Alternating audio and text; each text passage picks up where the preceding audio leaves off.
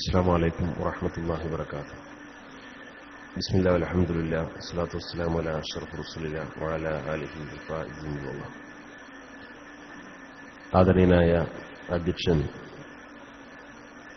ബഹുമാന്യനായ മുസ്തഫ മാസ്റ്റർ മുണ്ടുപാറ അവറുകളെ, ഇവിടെ പ്രാർത്ഥനയ്ക്ക് നേതൃത്വം നൽകിയ ഉസ്താദ് ഐ ടി അബൂബക്കർ മുസ്ലിയാർ,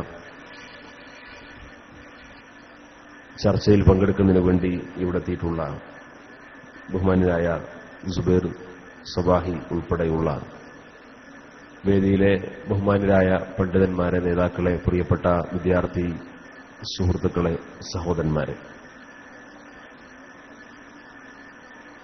വളരെ പരിമിതമായ സമയമാണ് നമുക്ക് മുമ്പിലുള്ളത്. വളരെ പ്രധാനപ്പെട്ട വിശിഷ്ട അതിഥികൾ ഈ ചർച്ചയിൽ പങ്കെടുത്തുകൊണ്ട് സംസാരിക്കാനിരിക്കുകയുമാണ്. വളരെ സന്തോഷകരമായ ഈ വിഷയത്തെക്കുറിച്ച് കൂടുതൽ പ്രതീക്ഷ നൽകുന്ന ഒരു ഉദ്ഘാടന പ്രസംഗമാണ് ആദരണീയനായ വിദ്യാഭ്യാസ മന്ത്രി ഇവിടെ നിർവഹിച്ചിട്ടുള്ളത്. ഈ സർക്കാരിന്റെ കാലയളവിൽ തന്നെ നാം പ്രതീക്ഷിക്കുന്ന ഈ അന്താരാഷ്ട്ര അറബിക് സർവകലാശാല യാഥാർത്ഥ്യമാക്കുന്നതിന് വേണ്ടിയിട്ടുള്ള ആത്മാർത്ഥമായ പരിശ്രമം നടത്തുമെന്ന് വീണ്ടും അദ്ദേഹം ഇവിടെ ആവർത്തിച്ചിരിക്കുകയാണ്. പക്ഷെ നമ്മെ സംബന്ധിച്ചിടത്തോളം പേറ്റുനോവ് തുടങ്ങിക്കഴിഞ്ഞാൽ ഒരു നിശ്ചിത സമയത്തിനകം പ്രസവം നടന്നിട്ടില്ലെങ്കിൽ കുട്ടി മരിച്ചു പോകും എന്നതൊരു പൊതു സത്യമാണ്. അടുത്ത നിയമസഭാ തെരഞ്ഞെടുപ്പ് പ്രഖ്യാപിക്കാനിരിക്കെ ഇത് സംബന്ധമായ ഉറച്ച ഒരു തീരുമാനവും പ്രഖ്യാപനവും അതിന്റെ നടപടിക്രമങ്ങളും സർക്കാരിന്റെ ഭാഗത്തുണ്ടായിട്ടില്ലെങ്കിൽ ഈ അറബിക് സർവകലാശാല എന്ന ആവശ്യം അത് പൂർണ്ണമായി അലങ്കോലമാകും എന്ന ആശങ്കയാണ് നമ്മുടെ മുമ്പിലുള്ളത്. ഈ സംവിധാനത്തെ പലപ്പോഴും മതത്തിന്റെയും സമുദായത്തിന്റെയും ഒക്കെ പേരിൽ ചാർത്തിക്കൊണ്ട് അതിനെ പരമാവധി സങ്കുചിതമായ തലത്തിലേക്ക് കൊണ്ടുപോകാനുള്ള ബോധപൂർവമായ ശ്രമങ്ങൾ ഇവിടെ നടന്നുകൊണ്ടിരിക്കുന്നുണ്ട്.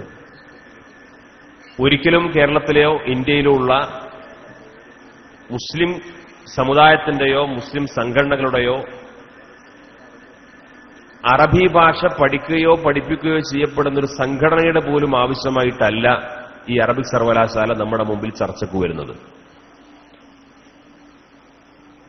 തികച്ചും മതപരമായ തലങ്ങൾക്കപ്പുറമുള്ള കമ്മ്യൂണിസ്റ്റ് പാർട്ടി നേതൃത്വം കൊടുക്കുന്ന ഒരു സർക്കാർ ഇവിടെ ഭരിച്ച സമയത്താണ് ഇത് സംബന്ധമായ ശുപാർശ വരുന്നത്. പാലോളി കമ്മീഷന്റെ ശുപാർശ വന്നതിന് ശേഷം 3 വർഷക്കാലം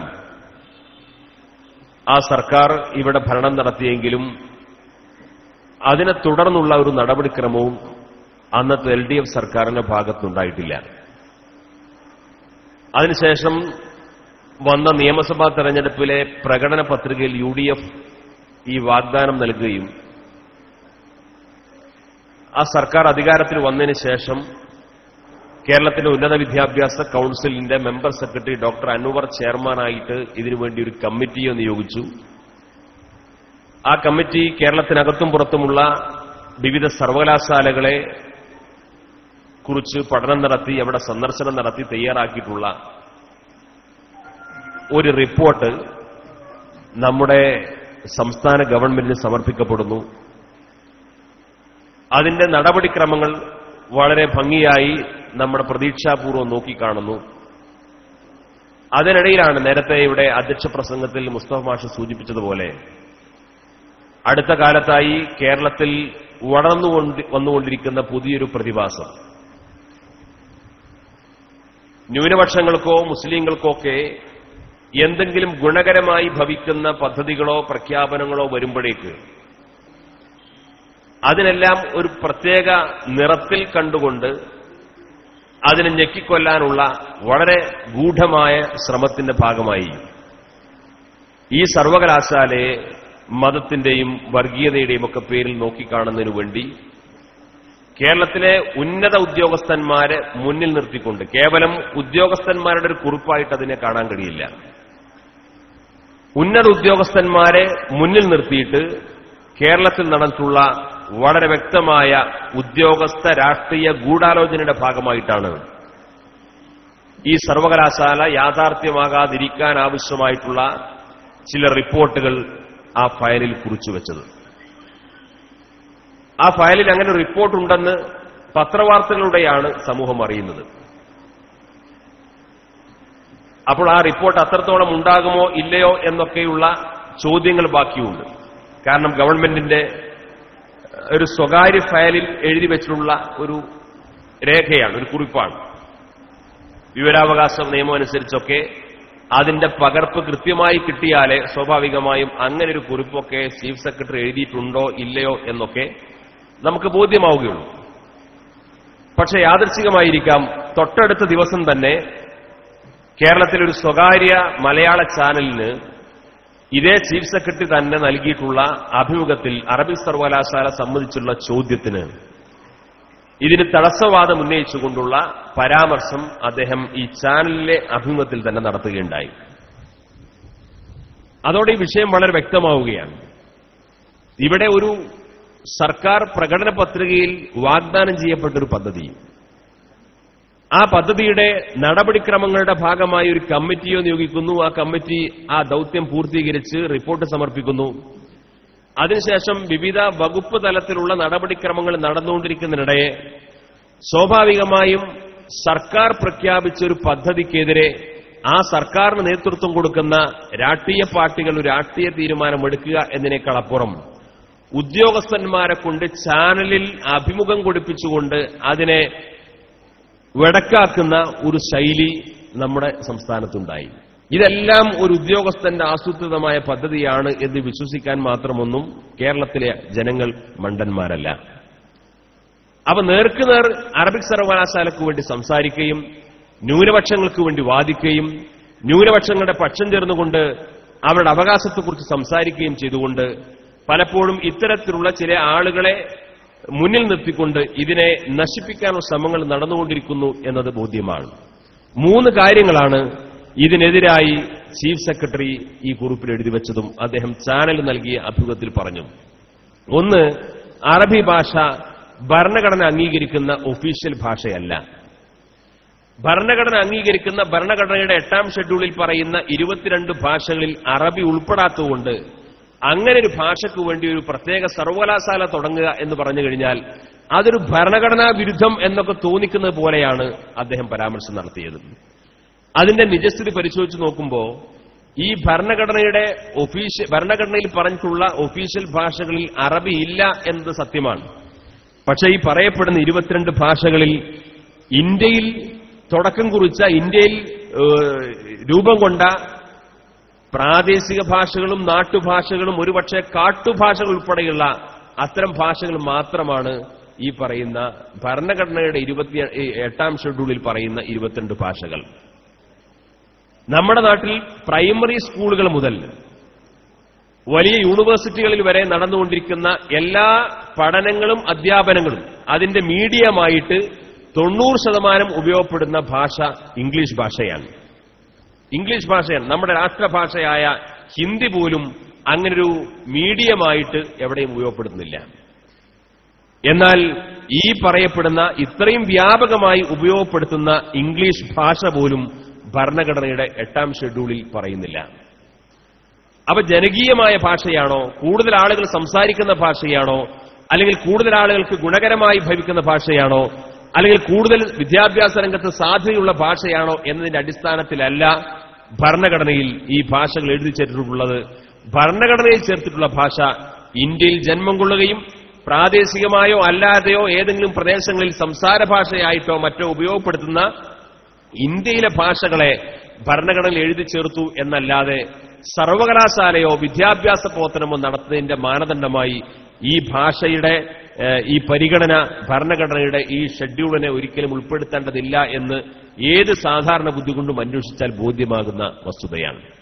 രണ്ടാമത് ഇതിനെതിരെ ഉന്നയിച്ച ന്യായം, ഇത് വലിയ സാമ്പത്തിക ബാധ്യത വരുന്ന ഒരു സർവകലാശാലയാണ്. കേരളത്തിന്റെ നിലവിലുള്ള സാമ്പത്തിക അവസ്ഥ അനുസരിച്ചുകൊണ്ട് ഇങ്ങനെയൊരു വിദ്യാഭ്യാസ സ്ഥാപനം, പുതിയൊരു സർവകലാശാല തുടങ്ങാൻ ഒരുപാട് പരിമിതികളുണ്ട് എന്നാണ് പറഞ്ഞത്. ഈ അറബിക് സർവകലാശാലയുടെ റിപ്പോർട്ട് ഗവൺമെന്റിന് സമർപ്പിച്ച അതേ സമിതി തന്നെ വളരെ വ്യക്തമായി പറഞ്ഞിട്ടുണ്ട്, ഈ സർവകലാശാലയ്ക്ക് 5 വർഷത്തേക്ക് വേണ്ട സാമ്പത്തിക ബാധ്യത 90 കോടി രൂപയാണ്. തുടങ്ങാനല്ല, 5 വർഷത്തേക്ക് വേണ്ട സാമ്പത്തിക ബാധ്യത 90 കോടി രൂപയാണ്.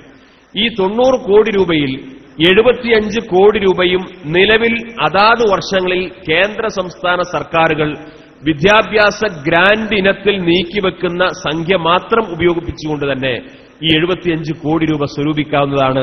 ബാക്കി വരുന്ന 15 കോടി രൂപ വിദേശ വിദ്യാഭ്യാസ ഏജൻസികൾ മുഖേനയും സംഘടിപ്പിക്കാവുന്നതാണ് എന്ന് ഇതിനാവശ്യമായ സാമ്പത്തിക സ്രോതസ്സുകളെക്കുറിച്ച് ഈ കമ്മിറ്റി റിപ്പോർട്ടിൽ പറയുന്നുണ്ട്. എന്ന് പറഞ്ഞാൽ ഇതിനുവേണ്ടി നിലവിൽ വിദ്യാഭ്യാസ ആവശ്യങ്ങൾക്ക് വേണ്ടി ഉപയോഗപ്പെടുത്തുന്ന ഫണ്ടിൽ നിന്ന് തന്നെ ഉപയോഗപ്പെടുത്തിക്കൊണ്ട് പുതിയൊരു സംഖ്യയോ പുതിയൊരു ബജറ്റിൽ വിഹിതമോ നീക്കിവെക്കാതെ നിലവിലുള്ള വിദ്യാഭ്യാസ ആവശ്യങ്ങൾക്ക് വേണ്ടി ഉപയോഗിക്കുന്ന ഗ്രാന്റ് തുകയിൽ നിന്ന് മാത്രം നീക്കിവെച്ചുകൊണ്ട് തന്നെ ഈ സർവകലാശാല യാഥാർത്ഥ്യമാക്കാൻ കഴിയുമെന്ന് ഈ സമിതി ശുപാർശ ചെയ്യുന്നുണ്ട്.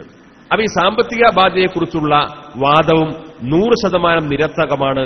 മൂന്നാമത് ചീഫ് സെക്രട്ടറി പറഞ്ഞ കാര്യം, അറബി ഭാഷയ്ക്ക് വേണ്ടി മാത്രം ഒരു സർവകലാശാല ആരംഭിച്ചു കഴിഞ്ഞാൽ അത് സംബന്ധമായി ഇവിടെ സാമുദായിക ധ്രുവീകരണമുണ്ടാകും, വർഗീയതയുണ്ടാകും, ഇവിടെ എന്തൊക്കെയോ ആകാശം ഇടിഞ്ഞു വീഴാൻ സാധ്യതയുണ്ട് എന്ന തലത്തിലുള്ള ഒരു വർഗീയ നിറം നൽകാൻ ബോധപൂർവം ഒരു ഉദ്യോഗസ്ഥൻ ശ്രമിക്കുകയാണ്. അറബി ഭാഷ പഠിച്ചതിന്റെ പേരിൽ, അറബി ഭാഷ കൂടുതലായി പഠനം നടത്തിയതിന്റെ പേരിൽ ഇന്ത്യ രാജ്യത്ത് നിരന്തരം വർഗീയ കലാപങ്ങളും സാമുദായിക ധ്രുവീകരണം ഉണ്ടാകുമായിരുന്നെങ്കിൽ ഇന്ത്യയിൽ 24 മണിക്കൂറും ഇടതടവില്ലാതെ കലാപം നടക്കേണ്ട നാട് കേരളമാണ്. കേരളത്തെപ്പോലെ അറബി ഭാഷ പഠിക്കുകയും പഠിപ്പിക്കുകയും പഠിച്ച ആളുകൾ ജീവിക്കുകയും ചെയ്യുന്ന ഒരു സംസ്ഥാനം കേരളത്തിന് പുറത്ത് മറ്റൊരു സംസ്ഥാനത്തില്ല. ഇവിടെ മതസംഘടനകൾ നടത്തുന്ന, അതേപോലെ സർക്കാർ സംവിധാനത്തിൽ കേരളത്തിലെ മുഴുവൻ കോളേജുകളിലും മുഴുവൻ യൂണിവേഴ്സിറ്റികളിലും അറബിക് ഡിപ്പാർട്ട്മെന്റുകളുണ്ട്. അറബി ഭാഷ പഠിക്കുന്നവർ മുസ്ലിങ്ങൾ മാത്രമല്ല, 25,000ഓളം വരുന്ന അറബി അധ്യാപകരിൽ പോലും 500 അധ്യാപകർ അമുസ്ലിം സമുദായത്തിൽപ്പെട്ടവരാണ്. വളരെ ബോധപൂർവം ഇതൊക്കെ ഒരു മതത്തിന്റെ പരിവേഷത്തോടുകൂടി വെച്ചുകൊണ്ട് ഈ അറബിക് സർവകലാശാല വന്നു കഴിഞ്ഞാൽ വിദ്യാഭ്യാസ രംഗത്ത് വലിയൊരു മുന്നേറ്റം ഉണ്ടാകും എന്നതിനേക്കാൾ ഉപരി കേരളത്തിന് സമ്പദ്ഘടനക്കാണ് ഏറ്റവും കൂടുതൽ മുതൽക്കൂട്ടുണ്ടാകുന്നത്. ഇപ്പോൾ മലയാള സർവകലാശാല ഇവിടെ ആരംഭിച്ചു. അതിന്റെ വിദ്യാഭ്യാസ സാധ്യതയെക്കുറിച്ച്, അതിന്റെ അക്കാദമിക സാധ്യതയെക്കുറിച്ച് ഇവിടെ ഒരു ചർച്ചയും നടന്നില്ല. മലയാള ഭാഷ സംസാരിക്കുന്ന കേരളം വിട്ടാൽ പിന്നെ ആരാണ്? എന്നാൽ അങ്ങനെ മലയാള സർവകലാശാല വന്നു കഴിഞ്ഞാൽ ആ മലയാള സർവകലാശാലയിലെ അക്കാദമിക സംവിധാനങ്ങൾക്ക് ദേശീയ അന്തർദേശീയ തലത്തിലുള്ള സാധ്യതകളെക്കുറിച്ചും അതിന്റെ പോരായ്മകളെക്കുറിച്ചും ഇവിടെ ഒരു ചർച്ചയും നടന്നിട്ടില്ല. ഇന്ത്യയിലെ വളരെ തുച്ഛം പേർക്ക് മാത്രം അറിയാവുന്ന, സംസാരിക്കുന്ന ആളുകൾ വളരെ പരിമിതമാണ്, അറിയാവുന്ന ഒരു ഭാഷയാണ് സംസ്കൃത സർവകലാശാല. ആ സംസ്കൃത സർവകലാശാലയുടെ ദേശീയ അന്തർദേശീയ സാധ്യതകളെക്കുറിച്ചും അതിന്റെ അക്കാദമിക സംവിധാനങ്ങളെക്കുറിച്ചും ഇവിടെ ഒരു ചർച്ചയും നടന്നിട്ടില്ല. എന്നാൽ അറബിക് സർവകലാശാല ഒരിക്കലും പ്രായോഗികമല്ലെന്ന് സമർത്ഥിക്കാൻ ആവശ്യമായ ഒരു അക്കാദമി വിദഗ്ധനും ഈ നിമിഷം വരെ കേരളത്തിൽ ഇതിനെതിർക്കുന്ന കൂട്ടത്തിൽ വന്നിട്ടില്ല. അറബിക് സർവകലാശാലയ്ക്ക് ഇവിടെ യാതൊരു സാധ്യതയുമില്ല എന്ന് സമർത്ഥിക്കാൻ ഇന്നുവരെ സാധിച്ചിട്ടില്ല. അത് സാധിക്കാത്തതുകൊണ്ടാണ് വളരെ ബോധപൂർവം ഇതിനെ മതത്തിന്റെയും വർഗീയതയുടെയും ഒക്കെ പേര് പറഞ്ഞുകൊണ്ട് ഇല്ലായ്മ ചെയ്യാനുള്ള ശ്രമങ്ങൾ നടന്നുകൊണ്ടിരിക്കുന്നത്. ഈ ശ്രമങ്ങൾ നടന്നുകൊണ്ടിരിക്കുമ്പോൾ തിരിച്ചറിയേണ്ട ഒരു വസ്തുത, ഇന്ത്യയുടെ വിദേശ നാണ്യത്തിൽ 80% ഗൾഫ് അറബ് രാഷ്ട്രങ്ങളിൽ നിന്ന് കടന്നുവരുന്ന സാമ്പത്തിക സ്രോതസ്സാണ്. ബാക്കി 20% മാത്രമാണ് അറബേതര രാഷ്ട്രങ്ങൾ മുഖേന വിദേശ ഇന്ത്യക്കാർ നമുക്ക് വിദേശ നാണ്യം നേടിത്തരുന്നത്.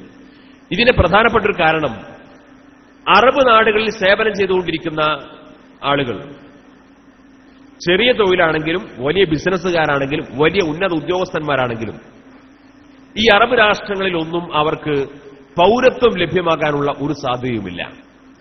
അവർക്കറിയാം 10-15 വർഷം കഴിഞ്ഞാൽ അല്ലെങ്കിൽ നിതാക്കാത്ത് പോലെയുള്ള എന്തെങ്കിലും പുതിയൊരു പരിഷ്കൃത നിയമം വന്നാൽ ഇന്നല്ലെങ്കിൽ നാളെ നമ്മൾ നാട്ടിലേക്ക് പോകേണ്ടവരാണ്. അതുകൊണ്ട് തന്നെ ഗൾഫിൽ സേവനം ചെയ്യുന്ന ബിസിനസ്സുകാരാണെങ്കിലും തൊഴിലാളികളാണെങ്കിലും അവർക്ക് ലഭ്യമാകുന്ന ഈ സാമ്പത്തിക സൗകര്യങ്ങൾ മൊത്തം നിക്ഷേപമായിട്ട് വരുന്നത് നമ്മുടെ സ്വന്തം നാട്ടിലേക്കാണ്. എന്നാൽ യൂറോപ്യൻ രാജ്യങ്ങൾ ഉൾപ്പെടെയുള്ള അറബേതര രാഷ്ട്രങ്ങളിൽ ജോലി ചെയ്തുകൊണ്ടിരിക്കുന്ന ഇന്ത്യക്കാർ, അവരെ സംബന്ധിച്ചിടത്തോളം ഈ ഗൾഫിന് പുറമെയുള്ള യൂറോപ്യൻ രാജ്യങ്ങൾ ഉൾപ്പെടെ സേവനം ചെയ്തുകൊണ്ടിരിക്കുന്ന ഇന്ത്യക്കാരിൽ, വിദേശ ഇന്ത്യക്കാരിൽ 95% ആളുകളും അവിടെ ഇന്നല്ലെങ്കിൽ നാളെ നമുക്ക് പൗരത്വം നേടാൻ സാധിക്കും, നമ്മൾ കുടുംബസമേതം അവിടെ താമസിക്കാൻ സാധിക്കും, അതുകൊണ്ട് ഇനി നാട്ടിലേക്ക് വല്ലപ്പോഴും വല്ല പെരുന്നാളിനോ തിരിച്ചു വന്നാൽ മതി, അതുകൊണ്ട് നമ്മുടെ നിക്ഷേപവും ഇവിടെ തന്നെ നമുക്ക് ഇറക്കാം, ഇവിടെ ഉപയോഗപ്പെടുത്താം എന്ന് ചിന്തിക്കുന്നവരാണ്. അതുകൊണ്ടാണ് പലപ്പോഴും ബജറ്റിൽ മൊത്തമായി ലഭ്യമാകുന്ന അല്ലെങ്കിൽ സർക്കാരിന്റെ അവതരിപ്പിക്കപ്പെടുന്ന ബജറ്റ് തുകയേക്കാൾ കൂടുതൽ സംഖ്യ വിദേശ നാണ്യമായി നമ്മുടെ നാട്ടിലേക്ക് വന്നുകൊണ്ടിരിക്കുന്നത്. ഈ വിദേശ നാണ്യത്തിൽ 80% അറബ് രാഷ്ട്രങ്ങളിൽ നിന്നാണ്.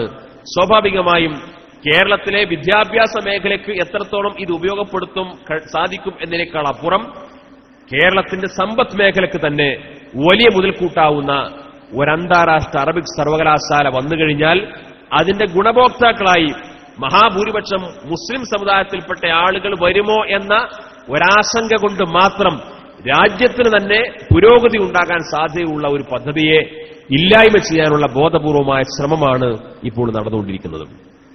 ഇനി വിദ്യാഭ്യാസ രീതിയെ തന്നെ ഇവിടെ വളരെ വ്യത്യസ്തമായ ഒരു വീക്ഷണകോണിലൂടെ കാണുന്ന ഒരു പ്രവണത ഇപ്പോൾ ആരംഭിച്ചിട്ടുണ്ട്. മുസ്ലിങ്ങൾ വിദ്യാഭ്യാസം നേടുന്നതിന് ആരും എതിരല്ല.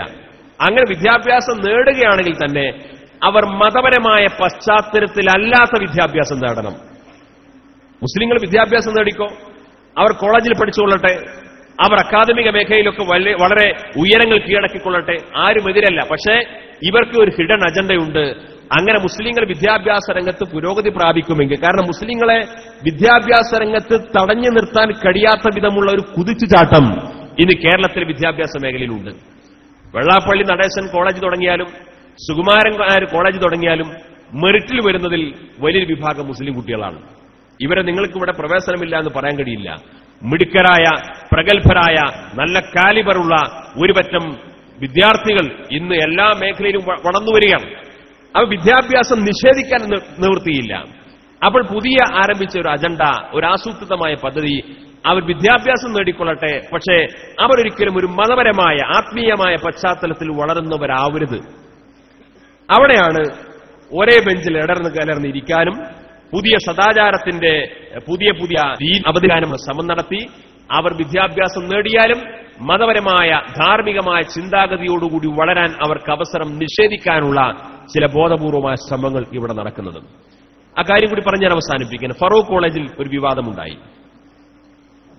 ആ വിവാദം ഇത്രത്തോളം ഊതി വീർപ്പിച്ച് വലുതാക്കി ചാനലുകളിലും മീഡിയകളിലുമൊക്കെ ചർച്ചയാക്കുന്നതിന്റെ താല്പര്യം എന്തായിരുന്നു? ഒരു ദിവസം അധ്യാപകൻ ക്ലാസ് റൂമിൽ വരുമ്പോൾ ആ ക്ലാസ്സിലെ വളരെ കുറച്ച് കുട്ടികൾ, ആൺകുട്ടികളും പെൺകുട്ടികളും ഇടകലർന്നിരിക്കുന്നതായിട്ട് അധ്യാപകന്റെ ശ്രദ്ധയിൽപ്പെട്ടു. ഫറൂഖ് കോളേജിന്റെ ചരിത്രത്തിൽ ആദ്യമാണ്. അങ്ങനെ അധ്യാപകന്റെ ശ്രദ്ധയിൽപ്പെട്ടപ്പോൾ അധ്യാപകൻ പറഞ്ഞു, നമ്മുടെ ക്ലാസ്സിൽ ഇങ്ങനെ ഇരിക്കാൻ പാടില്ല. ഇവിടെ ഇത്രയും കാലം ആൺകുട്ടികളും പെൺകുട്ടികളും 2 റോ ആയിട്ട് ഇരിക്കുന്ന ആ സംവിധാനം അത് തുടർന്നാൽ മതി, മറ്റു രീതി ഇവിടെ പാടില്ല. അത് അധ്യാപകൻ ആ ക്ലാസ് റൂമിലെ അവിടുത്തെ ഒരു ഡിസിപ്ലിൻ അനുസരിച്ചുകൊണ്ട് ആ നിർദ്ദേശം നൽകി. ആ നിർദ്ദേശം പാലിക്കാൻ വിദ്യാർത്ഥികൾ ബാധ്യസ്ഥരാണ്. അധ്യാപകൻ അങ്ങനെ പറഞ്ഞപ്പോൾ ഒരു പറ്റം ആൺകുട്ടികളും പെൺകുട്ടികളും ക്ലാസ്സിൽ നിന്ന് ഇറങ്ങിപ്പോയി. അതും കോളേജുകളുടെ ഒരു സ്വാഭാവികമായ രീതിയാണ്. ഇപ്പൊ അവർ ക്ലാസ് എടുക്കാൻ വേണ്ടി അധ്യാപകൻ കയറി വരികയാണ്. അപ്പൊ അവിടെയുള്ള കുട്ടികൾക്ക് തന്നെ പറയാം, സർ ഞാൻ ഈ ക്ലാസ്സിൽ ഇരിക്കണില്ല, ഞാൻ പുറത്തു പോവാണ്. ആ കുട്ടിക്ക് ഇറങ്ങിപ്പോകാം. നമ്മുടെ സ്കൂളുകളിലെ പോലെ അല്ലെങ്കിൽ നമ്മുടെ അറബിക് കോളേജുകളെ പോലെയുള്ള അത്രയും ഒരു കണിശതയൊന്നും ഇത്തരം കോളേജുകളില്ല. അപ്പൊ സ്വാഭാവികമായി കുറച്ച് കുട്ടികൾ ഇറങ്ങിപ്പോയി.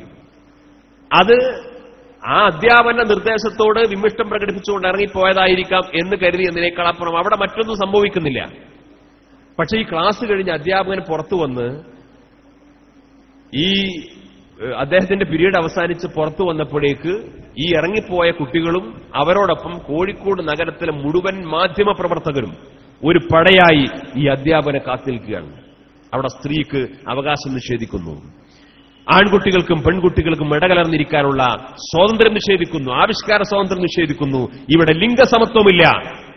ഇത് ഇത്തരത്തിലുള്ള പുതിയ വാദങ്ങൾ ഉന്നയിച്ചുകൊണ്ട് ഈ അധ്യാപകനെ മാധ്യമപ്രവർത്തകർ ചോദ്യം ചെയ്യുന്ന, പ്രിൻസിപ്പളിനോട് വിശദീകരണം ചോദിക്കുന്ന, ആ വിശദീകരണത്തിനിടയിൽ പ്രിൻസിപ്പൽ പറയുന്നത് ഇവിടെ വ്യവസ്ഥാപിതമായ ഒരു സംവിധാനമുണ്ട്, ആ സംവിധാനം അനുസരിച്ച് തന്നെ കോളേജിന്റെ അച്ചടക്കം സൂക്ഷിച്ച് മുന്നോട്ട് പോകും. അപ്പൊ പ്രിൻസിപ്പൽ ഒരിക്കലും പറയാത്തൊരു സംഗതി അവിടെ മാധ്യമങ്ങളിൽ വരികയാണ്. ഇത് മദ്രസ പോലെ അല്ലെങ്കിൽ മതസ്ഥാപനം പോലെ നടത്തുമെന്ന അവകാശവാദം ഉന്നയിച്ചുകൊണ്ട് പ്രിൻസിപ്പൾ സംസാരിക്കുന്ന രീതിയിൽ ആ വിഷയത്തെ പരമാവധി ഒരു മതപരമായ ചട്ടക്കൂടിൽ കൊണ്ടുവന്നിട്ട് അങ്ങനെ വ്യാഖ്യാനിക്കാനും വേണ്ടിയിട്ടുള്ള ബോധപൂർവമായ ശ്രമം. ഇത് മാധ്യമങ്ങൾ ഇത്രയും വിഷയമാക്കുമ്പോൾ നമ്മൾ ആലോചിക്കേണ്ടത്, വർഷങ്ങളായി കോട്ടയം ജില്ലയിൽ അരുന്ധതി റോയി എന്ന് പറയുന്ന ഇന്ത്യയിൽ അറിയപ്പെട്ട എഴുത്തുകാരിയുടെ മാതാത്തുന്ന മേരി മാത എന്ന് പറയുന്ന ഒരു സ്ഥാപനമുണ്ട്. ആ സ്ഥാപനത്തിന്റെ പ്രോസ്പെക്ടസിൽ പറയുന്നു, ഇന്നും ആ കോളേജിലെ അച്ചടക്കവുമായി ബന്ധപ്പെട്ട നിയമനിർദ്ദേശങ്ങളിൽ പറയുന്ന സംഗതി, ആ കോളേജ് ക്യാമ്പസിൽ ഒരു ആൺകുട്ടിയും പെൺകുട്ടിയും നേർക്കുനേർ സംസാരിക്കണമെങ്കിൽ അവർ 1 മീറ്റർ അകലം പാലിക്കണം എന്നത് അവിടുത്തെ ഒരു നിബന്ധനയാണ്. കോളേജ് ക്യാമ്പസിൽ അവിടുത്തെ ആൺകുട്ടിയും പെൺകുട്ടിയും തമ്മിൽ സംസാരിക്കണമെങ്കിൽ അവർ 1 മീറ്റർ അകലെ നിന്നുകൊണ്ട് മാത്രമേ സംസാരിക്കാൻ പാടുള്ളൂ. അത് ആ കോളേജിൽ നിയമമാണ്.